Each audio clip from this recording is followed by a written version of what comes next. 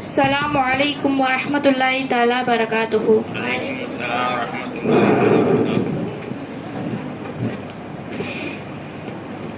எனக்கு கொடுக்கப்பட்டுள்ள தலைப்பு பயனுள்ள வாழ்வு. பயனுள்ள வாழ்வு அப்படின்னா என்ன? பயனுள்ள வாழ்வு அப்படின்னு சொன்னாலே நம்மளுக்கெல்லாம் ஞாபகம் வர்றது தொழுகிறது, நோன்பு வைக்கிறது, ஜக்காத் கொடுக்கறது, இந்த மாதிரி இபாதத்துகள் செய்கிறது தான் நம்மளுக்கு பயன் தரும். அதுதான் பயனுள்ள வாழ்வு அப்படின்னு சொல்லி நம்ம நினைக்கிறோம். ஆனால் அது மட்டுமே பயன் தராது. இபாதத்துகள் மட்டுமே வணக்கம் கிடையாது. நம்ம வாழ்க்கையில் இருக்க ஒவ்வொரு நொடியுமே நம்மளுக்கு ஒரு நன்மையை தரக்கூடியதாக தான் இருக்குது. நம்ம வாழ்க்கையில் இருக்கிற எல்லா விஷயங்களுமே ஒரு நன்மையை தரக்கூடியதாக தான் இருக்குது. அது எல்லாமே இபாதத்துகளில் தான் சேரும். ஒரு அடியானை எந்த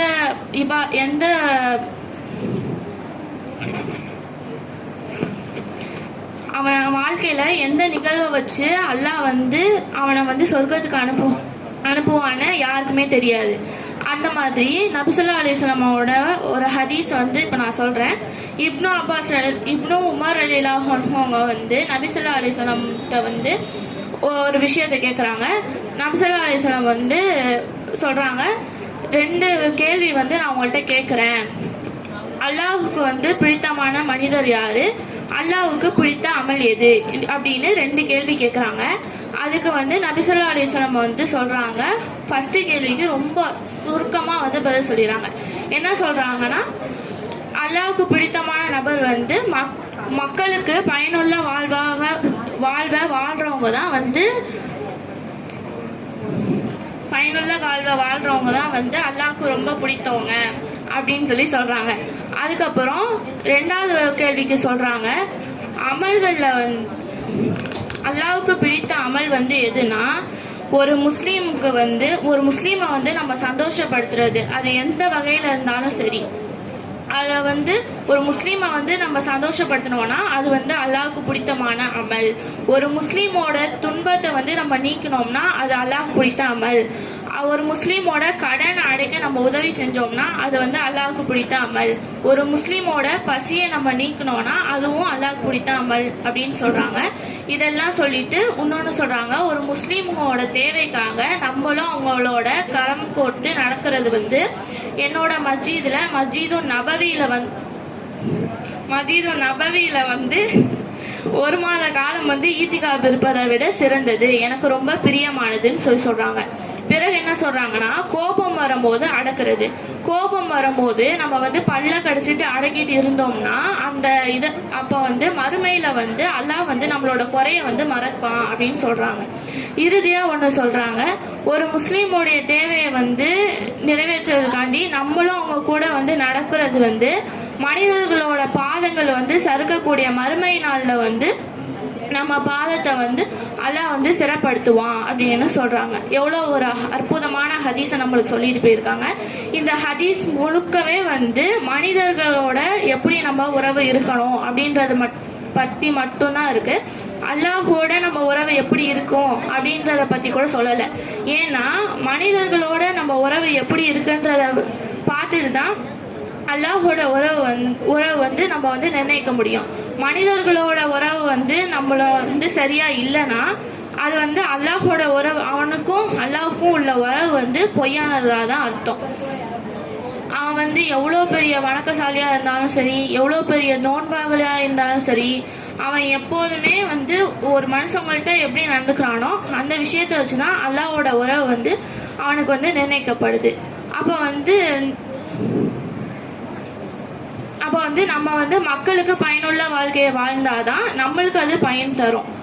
இப்போ நம்ம நபி ஸல்லல்லாஹு அலைஹி வஸல்லம் எடுத்துக்கொள்ளலாம், வேற எந்த உதாரணமும் நமக்கு தேவையில்லை. அவங்கள எடுத்துக்கிட்டாலே அவங்க அவங்களோட உம்மத்துக்காண்டி மட்டும்தான் அவங்க கவலைப்பட்டிருக்காங்க, வாழ்ந்துருக்காங்க, எல்லாமே பண்ணியிருக்காங்க.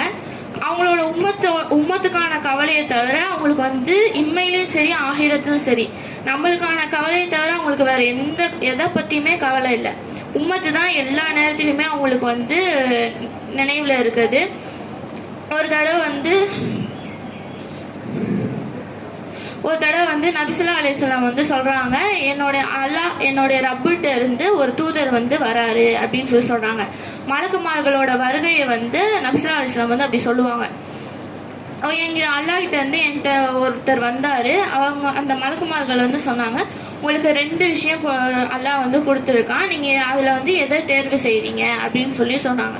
என்ன அந்த 2 விஷயம்? மொதல் விஷயம் வந்து, உங்களுடைய உம்மத்துல வந்து பாதி பேரை நான் சொர்க்கத்துக்கு அனுப்பிச்சிடுறேன், மிச்ச பாதி பேரை வந்து நரகம் தான், அவங்களுக்காண்டி நீங்க வந்து சிபாரிசுலாம் செய்யக்கூடாது அப்படின்னு சொல்லி சொல்றான். அப்போ வந்து இது வந்து உங்களுக்கு ஓகேனா நீங்கள் வந்து இதை நீங்கள் தேர்ந்தெடுத்துக்கலாம். இல்லை அப்படின்னா உங்களுக்கு வந்து சிபாரிசு செய்கிற அந்த விருப்பத்தை தரேன் நான், நீங்கள் இந்த 2த்துல எது எடுக்கிறீங்கன்னு சொல்லி கேட்கும்போது நபி ஸல்லல்லாஹு அலைஹி வஸல்லம் வந்து சொல்கிறாங்க, நான் வந்து ஷஃபாத்தை தேர்ந்தெடுத்துக்கிறேன். ஏன்னா நான் முதல் விஷயத்தை தேர்ந்தெடுத்தேன்னா என்னோட உம்மத்தில் பாதி பேர் மட்டும்தான் சொர்க்கத்துக்கு போவாங்க, மிச்ச பாதி பேர் வந்து நரகத்துக்கு போகிறத என்னால் அனுமதிக்க முடியாது. அதனால் நான் வந்து ஷஃபாத் எடுத்துக்கிறேன். ஏன் ஷஃபாத் எடுத்தேன்னா, நான் வந்து இதை ஷஃபாத்தை தேர்ந்தெடுக்கிறது மூலயமா என்னுடைய உம்மத்தோட கடைசி நபர் நரகத்திலிருந்து வெளியேற வரைக்கும் நான் அதை வந்து பயன்படுத்தலாம் அப்படின்னு சொல்லி சொல்கிறாங்க. அப்போது எப்பயுமே வந்து நபி ஸல்லல்லாஹு அலைஹி வஸல்லம் வந்து உம்மத் தான். இவங்க நம்மளை பற்றி மட்டுமே தான் நபி ஸல்லல்லாஹு அலைஹி வஸல்லம் யோசிச்சிருக்காங்க. அவங்களுக்கு வந்து இது வந்து அவசியமே இல்லை. அவங்க வந்து முன்னாடி ஃபஸ்ட்டுக்கு சொன்ன அந்த பாதி பேர் மட்டும் சொர்க்கத்துக்கு போட்டோம் அதை வந்து தேர்ந்தெடுத்தாங்கன்னா இந்நேரம் நம்மளாம் அந்த கூட்டத்தில் இருந்திருப்போமானா கூட தெரியாது நம்மளுக்கு. ஆனால் நம்மளுக்காண்டி அவங்க வந்து ஷஃபாத்தை தேர்ந்தெடுத்திருக்காங்க. இதுலேருந்தே தெரியுது நபி ஸல்லல்லாஹு அலைஹி வஸல்லமோட மனசு வந்து எவ்வளோ பரந்த மனசாக இருந்திருக்கு அப்படின்னு சொல்லிட்டு. இதே போல தான் நம்மளும் இருக்கணும். அப்புறம் இன்னொரு விஷயம் சொல்கிறேன். என்னன்னா, ஒரு தடவை நபி ஸல்லல்லாஹு அலைஹி வஸல்லம் வந்து அவங்க தோழர்களோடு அமர்ந்திருக்கும் போது ஒரு நல்ல வாலிபர் வந்து அந்த சைடு வந்து போகிறாரு. அப்போ வந்து அங்கே இருந்த மக்கள்லாம் சொல்கிறாங்க, இவர் வந்து எவ்வளோ நல்ல வாலிபராக இருக்கார், இவர் அல்லாஹ்வோட பாதையில் வந்து போருக்கு போனால் எவ்வளோ நல்லா இருக்கும் அப்படின்னு சொல்லி சொல்கிறாங்க. அப்போ வந்து நபி ஸல்லல்லாஹு அலைஹி வஸல்லம் வந்து அல்லாஹ்வுடைய பாதைன்னா என்ன அப்படின்றத வந்து அவங்களுக்கு தெளிவாக விரைவிக்கிறாங்க. என்னன்னா, நிறைய பேர் வந்து இஸ்லாத்தை வந்து ரொம்ப சுருக்க நினைக்கிறாங்க, ரொம்ப குறுகிய பார்வையோடு இருக்காங்க. இவர் வந்து இப்போ எதுக்கு வந்து இவர் போறாருன்னு சொல்லி நீங்கள் பாருங்க. அவர் வந்து தன்னுடைய குழந்தைகளுக்காக, பருவம் அடையாத குழந்தைகளுக்காக வந்து சம்பாதிக்க போறாரு. அது மட்டும் இல்லாமல் தன்னுடைய வயதான பெற்றோர்களுக்காகவும் உழைக்க போறாரு.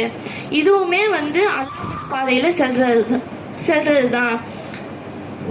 இவங்க யாருமே இல்லை, அவர் பிள்ளைகள் இல்லை, பெற்றோர் இல்லை, மனைவிமார்கள் யாருமே இல்லை, இவர் மட்டும்தான் இருக்காரு. நான் யார்கிட்டையும் வந்து கையேந்தக்கூடாது, நான் வந்து உழைச்சி நான் சாப்பிட்ணுன்னு சொல்லி நினச்சி அவர் வேலைக்கு போனாலும் அதுவுமே வந்து அல்லாஹ்வோட பாதையில் போகிறது தான். அப்புறம் என் மனைவி மட்டும் வந்து இருக்காங்க அப்படின்னா அவங்க வேலைக்கு போகிறாங்கன்னா அவங்களுமே வந்து அல்லாஹ்வுடைய பாதையில் வந்து போகிறதுனால தான் அர்த்தம். இப்போ எல்லாருமே வந்து உண்மையா உழைச்சு காலையில வியாபாரத்துக்கு போற ஒவ்வொரு வியாபாரியுமே வந்து அல்லாஹ்வுடைய பாதையில போறதா தான் அர்த்தம். இப்போ சில பேர் சொல்லுவாங்க சமூகம் சமூகம் சமூகம்னு, குடும்பத்தை பார்க்க மாட்டாங்க. ஏன் அப்படின்னா அல்லாஹ் வந்து சமூகத்தை சொல்லியிருக்கான், பயனுள்ள வாழ சொல்லியிருக்கான், அந்த மாதிரி வந்து குடும்பத்தை பார்க்காம இருக்கிறாங்க. ஆனா மார்க்கம் வந்து அதை அனுமதிக்கிறது இல்லை.